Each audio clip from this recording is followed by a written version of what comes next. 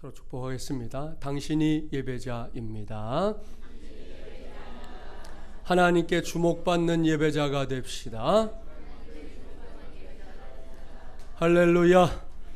오늘은 구정명절 기간에 속해 있는 주일입니다. 어제 맛있는 명절 음식들 나름대로 드셨을 텐데요. 2020년도를 살아가는 내내 명절처럼 맛있는 인생의 맛이 이어지는 저와 여러분, 또 우리 교회 여러분의 가정, 더 생업 모두가 되기를 주님의 이름으로 축복합니다. 오늘은 나는 예배자입니다. 세 번째 시간입니다. 오늘은 우리의 예배는 인격적인 만남이 있는 예배여야 합니다 라는 제목으로 하나님의 말씀을 전하도록 하겠습니다. 오늘 우리에게 주신 하나님의 말씀 신약성경 요한복음 4장입니다. 요한복음 4장에 대해서는 저와 여러분이 나름 알고 있는 것이 많습니다. 왜냐하면 이 말씀이 2000년 전 저 사마리아 수가성에 살던 한 여인에 관한 말씀이기 때문입니다. 2020년 새해 구정명절을 맞아 여기저기 흩어진 이 시간인데요. 오늘도 이렇게 성수주의를 하며 예배를 드리고 있는 여러분 정도라면 이 여인에 대해 알고 있는 것이 제법 많을 것이다 이렇게 전제하고 이제 오늘과 다음 주일에 걸쳐서 이 여인을 만나보려고 합니다.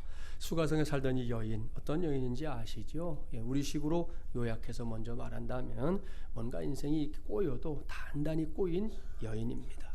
일단 그녀의 결혼 생활이 평탄하지 못했습니다. 예수님을 만나기 전에 이미 5번의 결혼을 실패로 장식했던 참으로 비운의 여인입니다.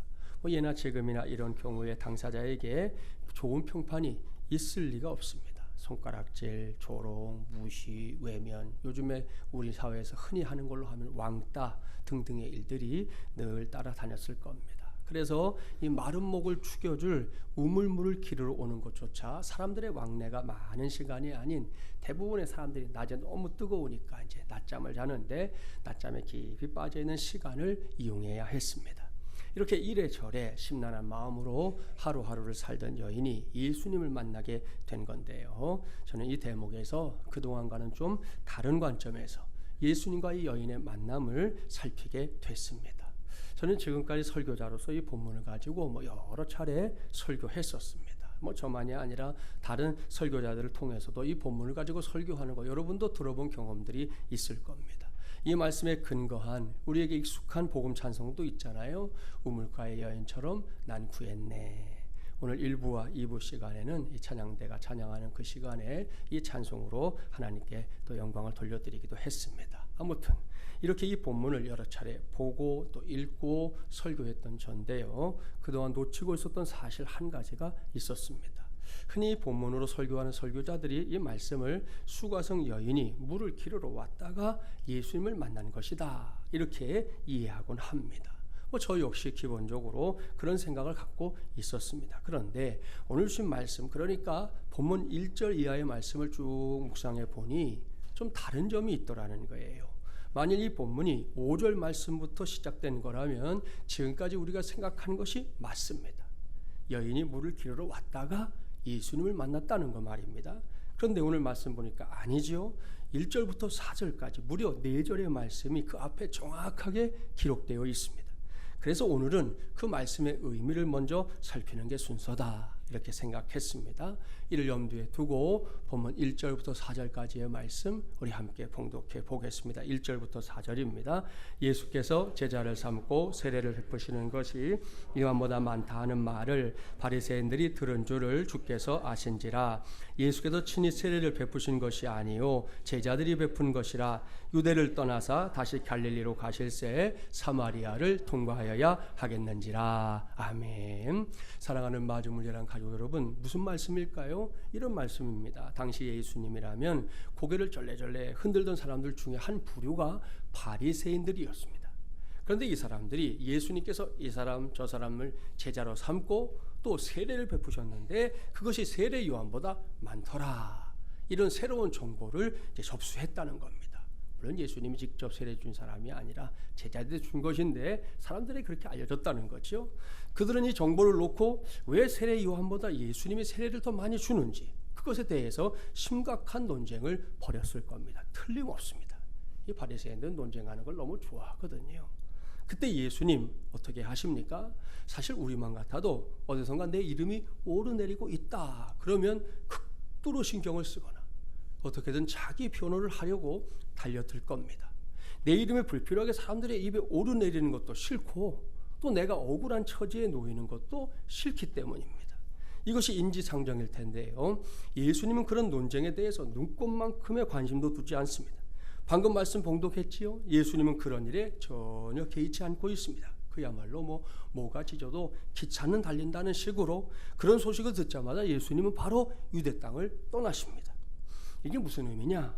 시간과 공을 들여봐야 아무짝에도 쓸모없는 비본질적인 것에 에너지를 쏟기보다 정말로 중요한 일, 그러니까 영혼을 구원하고 살리는 일에 마음을 쓰겠다라는 예수님의 의지의 표현입니다.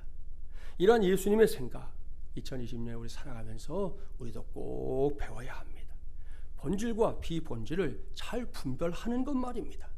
이것만 제대로 해도 우리의 신앙생활은 지금보다 더욱 활기차질 줄 믿습니다. 성경 안에도 이런 문제를 금방 확인할 수 있는데요. 초대교회 음식 논쟁 아시죠? 이 교회 안에서 종종 분쟁의 이유가 됐습니다. 당시에 로마나 고린도의 시장에서 판매되던 이 대부분의 고기가 우상에게 바쳤던 제물이었다는 거, 우리식으로 말하면 제사를 지냈던 음식이었다는 거 많이 들어봤죠. 그러니 이게 늘 문제가 됐습니다. 이런 거죠. 어떤 성도는 먹으면 안 된다 그랬습니다. 어떤 성도는 먹어도 된다 주장하는 거예요. 서로 의견이 다르니까 다툴 수밖에 없잖아요. 이에 대한 사도 바울의 가르침, 그가 성령의 감동으로 남긴 말씀이 있는데요. 고린도전서 8장 8절 말씀입니다. 음식은 우리를 하나님 앞에 내세우지 못하나니 우리가 먹지 않는다고 해서 더 못 사는 것도 아니고 먹는다고 해서 더 잘 사는 것도 아니니라 그랬습니다. 무슨 말씀입니까? 쉽게 정리하죠. 먹어도 되고 안 먹어도 된다, 이런 말씀입니다. 이것을 신학에서는 아디아포라라고 하는데요. 직역하면 구별할 수 없는 그런 뜻이에요. 설명하면 기독교의 기본 진리와 상관없는 문제로서 무엇이 옳고 무엇이 틀리다 이렇게 구별할 수 없다는 거예요. 따라서 이렇게 해도 되고 저렇게 해도 된다, 그런 말입니다. 실화인데요. 미국에 있는 한 이민교회가 오랜 세월 동안 잘 준비했다가 드디어 이 예배당을 건축하게 됐어요. 얼마나 감사하고 신나는 일입니까? 성도들 모두가 그동안 오랫동안 기다렸으니까 팔을 걷어붙이고 성전 건축에 나섰습니다. 그런데 안타깝게도 예배당을 짓다가 큰 싸움이 일어나서 그만 교회가 둘로 갈라지고 말았어요. 분열의 원인이 뭐냐? 예배당에 우리는 없지만 예배당 안에 카펫 까는 교회들이 있거든요. 예배당 안에 이 카펫을 빨간색으로 깔 것이냐 파란색으로 깔 것이냐, 이게 싸움의 이유가 된 거예요. 이것 때문에 성도들이 대판 싸웠어요. 그리고 이것 때문에 교회가 두 조각이 나고 말았어요. 사랑하는 여러분, 이거 제대로 된 일입니까? 이게 맞습니까? 아닙니다. 한마디로 어이가 없죠. 이게 도대체 뭡니까? 다 아시죠? 예배당 카펫의 색깔은 결코 신앙의 본질이 아니라니까요. 만일 그게 본질적인 문제라면 저도 여러분들만 죽을 뚱살뚱 싸워야죠. 정말이지 죽기를 각오하고 싸워야 합니다. 반드시 옳은 것을 관철시켜야 하기 때문이죠. 신앙의 본질, 이것은 결코 양보를 운운할 수 있는 게 아니라는 거예요. 절대로 타협할 수 없는 거죠. 하지만 비본질적인 문제는요, 굳이 그럴 필요가 없습니다. 이것도 괜찮고 저것도 괜찮습니다. 이걸로 해도 되고 저걸로 해도 됩니다. 비성경적인 것만 아니면 되는 것이죠. 비상식적인 것만 아니면 되는 것이죠. 그런 것만 아니면 무엇이든 오케이 또는 문제될 게 없다는 거지요. 꼭 명심하기 바랍니다. 이런 이유 때문에 17세기 독일 신학자 루포투스 멜데니우스는 유럽에 30년 전쟁이 일어나서 온 땅이 피로 물들었을 때 이렇게 선포했어요. 아주 의미 있는 선포인데요. 따라서 해볼까요? 본질적인 것에는 일치를, 비본질적인 것에는 자유를, 모든 일에는 사랑을. 할렐루야. 무슨 의미인지 아시겠죠? 같은 관점에서 예수님을 보세요. 예수님이 지금 그렇게 하고 있습니다. 비본질적인 것을 가지고 논쟁하며 힘을 빼기보다 본질적인 것에 집중하려 했다는 것을 알 수 있습니다. 여기서부터가 중요합니다. 매우 중요한데요. 그때 예수님의 선택이 오늘의 본문 4절 말씀이에요. 사마리아를 통과하여야 하겠는지라. 뭐라고요? 사마리아를 통과하여야 하겠는지라. 성경은 분명히 이렇게 기록하고 있습니다. 이 말씀을 잘 보십시오. 그리고 깊이 묵상해 보세요. 이 말씀, 이게 어쩔 수 없이 뭔가를 해야 한다, 그런 의미입니까? 아니에요. 만약 그렇다면 이렇게 써야죠. 사마리아를 통과할 수밖에 없었는지라. 이렇게 기록이 되어야 합니다. 그렇죠? 옳습니다.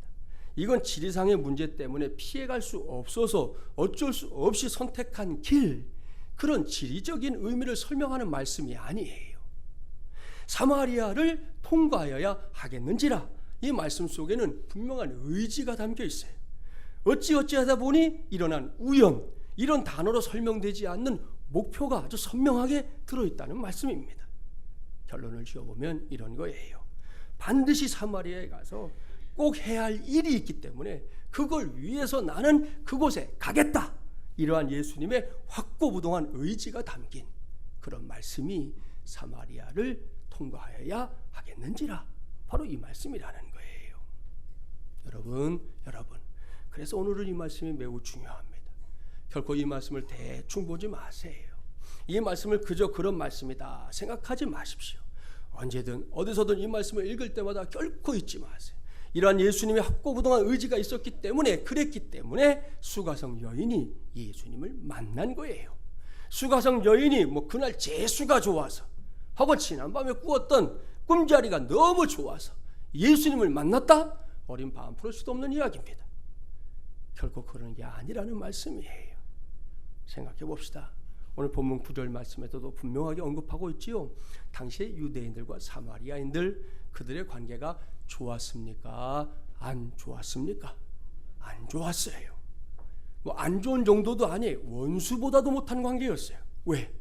유대인들이 사마리아인들을 사람으로 취급해 주지 않았거든요. 분명히 사람인데 사람을 놓고 우리말에도 있지만 개 그랬어요. 정말 너희는 개 같아, 그렇게 말한 거예요. 그러니 여러분 같으면 기분이 좋겠어요? 아닙니다. 이건 우라통이 터질 일이죠. 멱살 붙잡고 너 죽고 나 죽자, 그럴 판이죠. 이런 이유 때문에 유대인들은 저 북쪽에 위치한 갈릴리지만, 유대인의 유대나라 지도가 그래요. 밑에 예루살렘이 있으면 중간에 사마리아, 갈릴리 이렇게 되어 있거든요. 자, 저 위에 있는 갈릴리를 가려고 하면, 빨리 가려면 직선으로 가면 되는데 사마리아인들 꼴 보기 싫다고 옆에 있는 다른 민족이 살고 있는 두로와 시돈 지방을 삥 돌아서 올라다녔단 말이에요.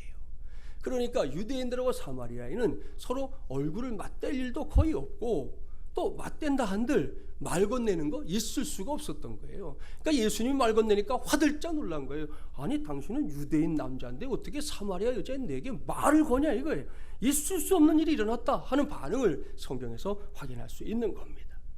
아무튼 서로 상종하지 않았던 사람들, 그들입니다. 이런 상황에서 사마리아를 통과하여야 하겠는지라, 이 말씀을 생각해 보십시오. 예수님은 결코 별 생각 없이 지금 사마리아로 가고 있는 게 아니에요.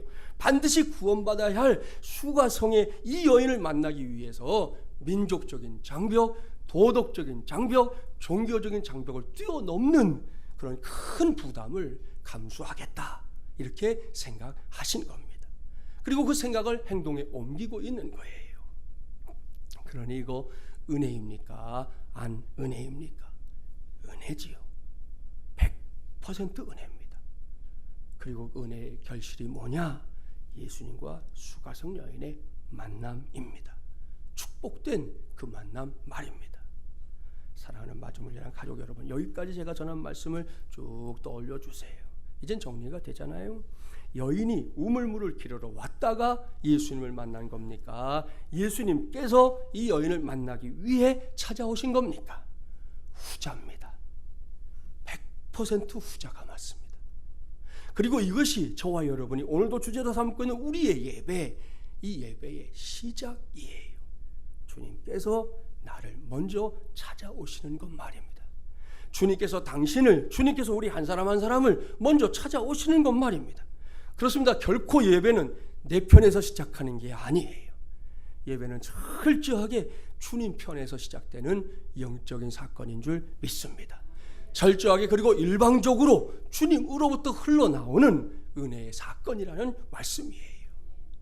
우리는 하나님을 위해서 나름대로 뭔가 하려고 하지만 여러분, 우리가 하고자 하는 그것보다 하나님은 더 많은 것을 더 일찌감치 우리를 위해서 하셨다는 거 아시죠? 여러분, 2000년 전은 물론이고 더 거슬러 올라가면 태초부터 하나님은 우리를 위해서 하신 일이 너무 많은 분이에요. 그게 뭡니까? 에덴 동산에서 아담과 하와가 처음으로 죄를 지었을 때 하나님은 이 고얀 놈들 내 말을 거역해? 내가 그렇게 분명히 말했는데도 그걸 우습게 알아? 그걸 범해? 너희들 다 죽어봐라. 이렇게 하지 않았어요. 즉시로 아담과 하와에게 회초리를 들지 않았단 말입니다. 성경 보셨죠? 아담아, 내가 어디 있느냐? 하나님은 이렇게 아담을 찾으십니다. 이거 진짜로 아담이 어디에 있는지 몰라서 이렇게 말씀했다 생각하면 정말 큰 착각이에요. 아닙니다. 하나님이 모르시는 게 어디 있어요? 다 아시죠? 어디에 숨어 있는지, 지금 뭘 하고 있는지, 무슨 생각하고 있는지 다 아시죠? 그런데도 물으시는 거예요. 아담아, 내가 어디 있느냐? 이렇게 물으시는 거, 이것은 아담과 하와를 긍휼히 여겨주셨다는 증거입니다. 우리는 종종 에덴 동산을 떠올릴 때 그곳에서 하나님이 이 죄를 지은 인생들에게 벌 주신 것만 생각해요. 쫓아냈죠. 꼼짝 못하고 쫓겨났어요. 그것만 생각하는데 아니죠. 창세기 3장 잘 읽어보세요. 하나님은 어떤 생명체를, 그게 뭔지 정확하게 기록은 되어 있지 않지만 분명히 한 생명체를 죽여서 죄로 인한 두려움과 수치심에 떨고 있었던 아담과 하와를 위해 가죽 옷을 만들어서 입혀주셨습니다. 가죽 옷이 그냥 뚝 떨어지나요? 하나님이라고 해서 하늘에서 떨어져라 그렇게 하시냐는, 그렇게 하지 않으시죠. 어떤 생명체를 죽였어요. 그리고 그 죽음으로 죄를 대신하게 하시고 그 가죽을 벗겨서 옷을 입혀주신 분이 하나님이에요. 이게 뭡니까? 하나님의 긍휼입니다. 하나님의 은혜입니다. 그뿐이 아니죠. 2000년 전에 이 땅에 오신 예수님, 다시 한번 여러분 쭉 생각해 보세요. 우리나라 트로트 가수 중에 요즘 뭐 트로트가 뭐 대세인 것처럼 이렇게 되어 있는데, 이 박상철 씨라는 이 가수가 부른 무조건이라는 노래 우리 잘 알잖아요. 저는 이 노래 속에도 종종 예수님을 떠올리게 되더라고요. 그래서 우리 교회 예랑제 때 이 교회에서지만 이 노래를 직접 부른 적도 있잖아요. 그 가사는 여러분이 다 압니다. 간단하게 요약하면 사랑하는 사람이 나를 부르기만 한다면 나는 무조건 달려간다, 이런 가사잖아요. 이 노래 중에 제일 감동이 되는 대목은 후렴구입니다. 여러분도 다 알죠. 태평양을 건너 대서양을 건너 인도양을 건너서라도 당신이 부르면 달려갈 거야, 무조건 달려갈 거야, 이거잖아요. 자, 솔직하게 말하면 이건 말뿐입니다. 그죠? 결코 현실이 아닙니다. 그래도 대단해요. 생각해 봅시다. 태평양 하나만 건너가도 이게 뒤로 넘어갈 일이에요. 그것만 해내도 정말이지 엄청난 일을 한 거죠. 그런데 대서양도 건너가고 인도양도 건너가고 다 건너가겠다, 이렇게 말하고 있으니 정말이지 대단한 일입니다. 그런데도 여기에 예수님을 딱 갖다 들이대면 이건 세 발의 피도 한데요. 2000년 전에 예수님, 우리 주님이 어떻게 하신지 압니까? 하늘 보자 두고 말구유에 와서 십자가에 달리기까지 우리를 구하러 달려올 거야, 무조건 달려올 거야, 짜짜라 짜라 짜라 짠짠짠까지. 여러분 보세요. 이건 비교가 안 되는 거예요. 이건 우선 말뿐이 아닙니다. 실제 상황이에요. 노래 가사말로 잠깐 바꿔본 것 뿐이지 이거는 생생한 현실입니다. 눈에 보이고 손에 잡히는, 만져지고 목격된 사실이라는 말씀이에요. 그렇게 정말이 죽기까지 달려온 예수님이기 때문에 굳이 사마리아 수가성에 유대인들이라면 누구나 고개를 가로젓는 그곳에 예수님이 기꺼이 들어가신 거예요. 거기서 자신이 꼭 만나야 할 여인을 예수님이 직접 만나신 겁니다. 이것이 오늘 우리가 주목해야 할 예배, 우리가 흠모해야 할 예배인 줄 믿습니다.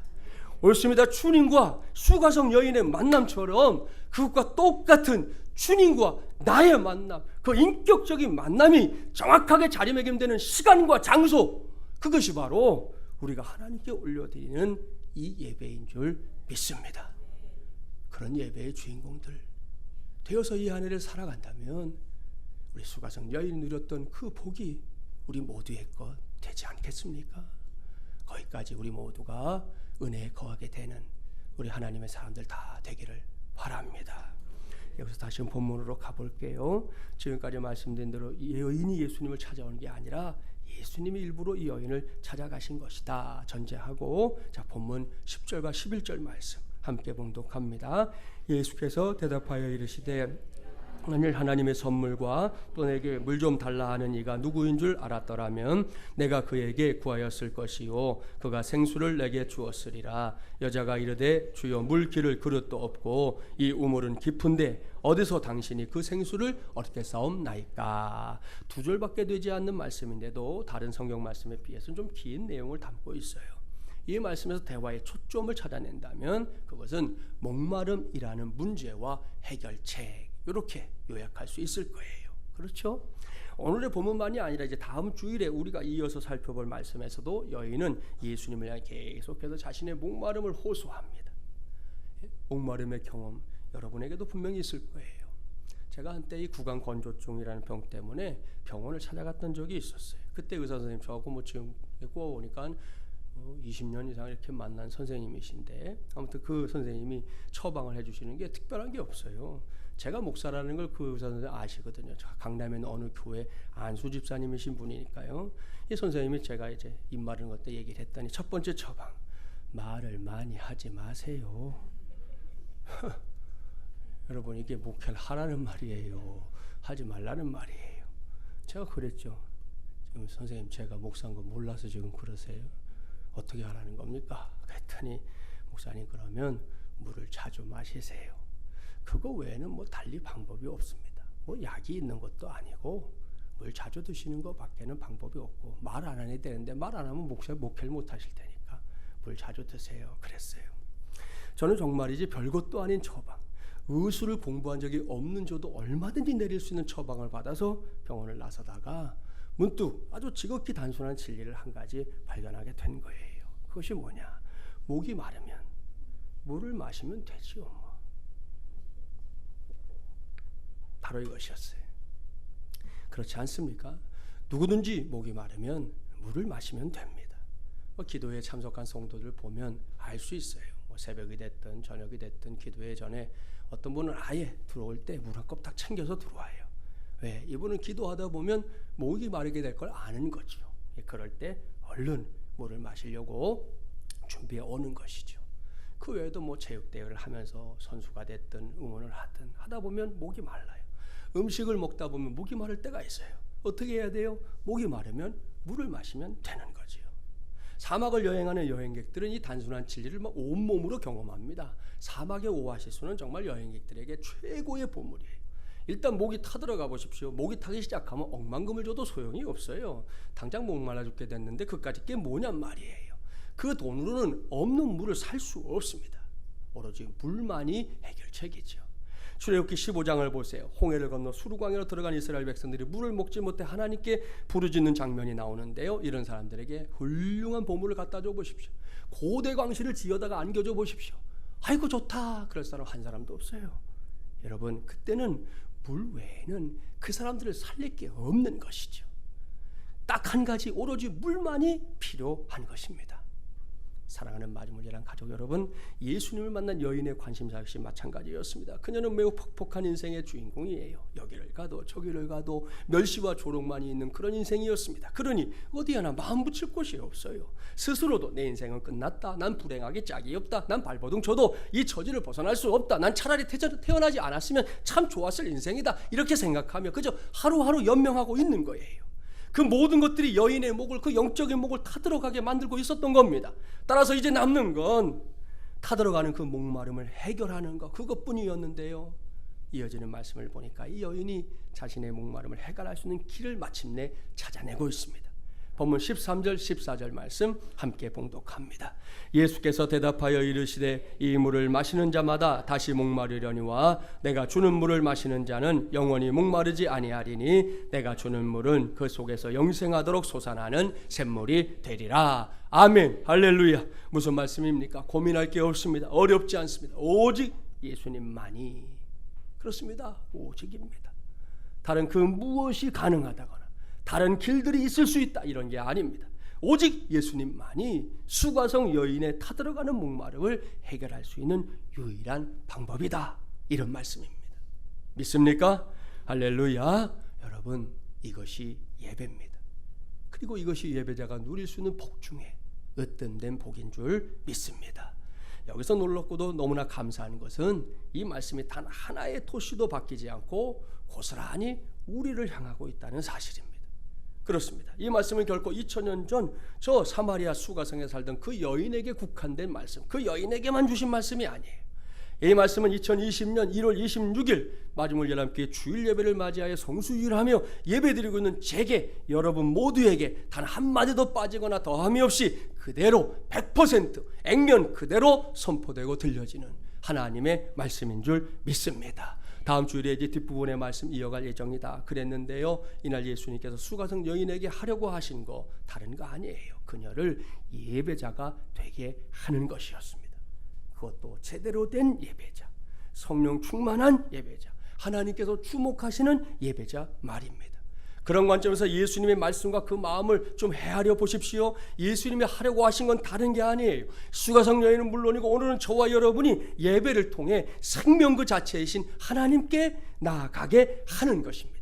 이 예배를 통해 하나님의 은혜를 덧입게 하는 것이에요. 그렇게만 되면 누구든지 인생의 목마름과 곤고함에서 벗어날 수 있기 때문입니다. 이것이 예배입니다. 결코 잊지 마십시오. 예배는 하나님의 백성들이 살아계신 하나님을 인격적으로 만나는 매우 변혁적인 사건입니다. 또한 예배는 인간의 상식을 초월하는 초자연적인 사건이기도 합니다. 따라서 참된 예배는 하나님을 보다 정확하게 알고 보다 분명하게 하나님을 찾는 데에 있습니다. 또한 사람의 영이 실제로 하나님을 만나는 것이고요, 하나님의 사랑과 지혜, 진리의 아름다움, 거룩함과 은총 등등 하나님의 이 거룩한 속성들을 체험하면서 우리의 영혼과 육체가 치유받는 사건이기도 합니다.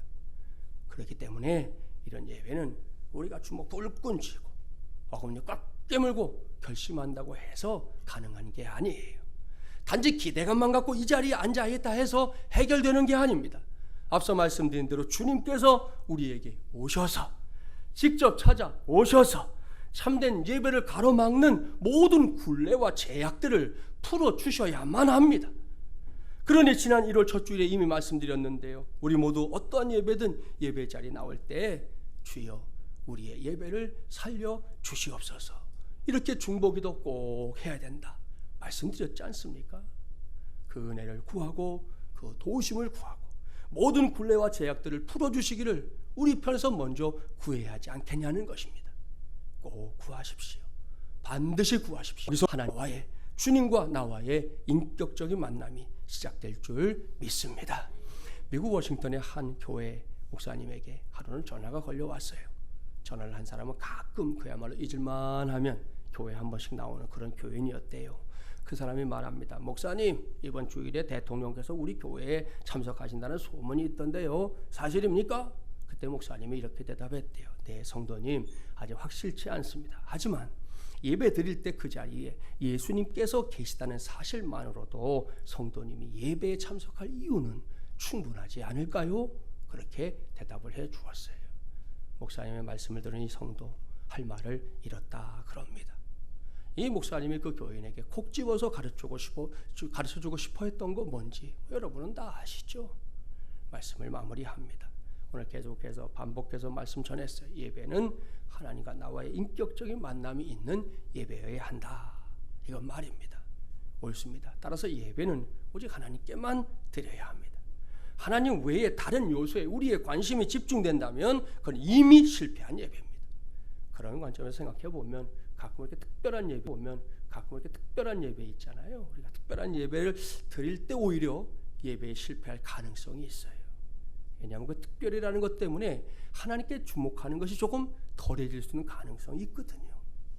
따라서 이 시간 이후에는 이 점에 있어서 저와 여러분 모두가 새로운 다짐할 수 있기 바랍니다. 그 다짐은 오로지 하나님 한 분만 의식하며 바라보며 그분께만 예배 드림으로 예배에 성공하는 예배자가 되겠다. 바로 이것입니다. 이러한 다짐으로 저와 여러분 우리 마지막을 열한 교회가 하나님께 드리는 예배가 반드시 인격적인 만남이 있는 예배, 그냥 왔다 그냥 가는 거 말고요.